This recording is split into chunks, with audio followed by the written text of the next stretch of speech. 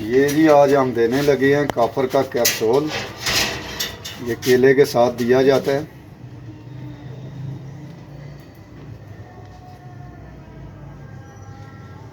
ये कैप्सूल है।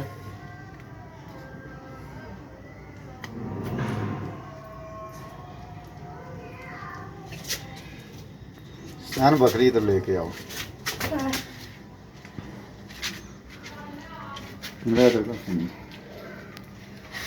ये सिरिंज में कॉपर का कैप्सूल है। ये ऐसे पकड़ना है,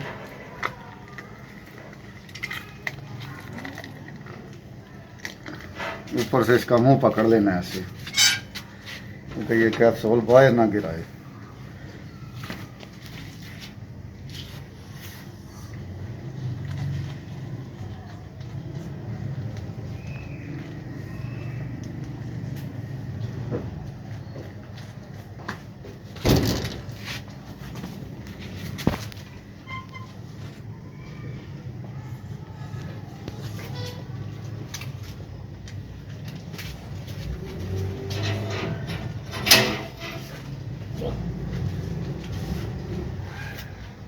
थोड़ी देर पकड़ना पड़ता है जी, गिरा ना दे।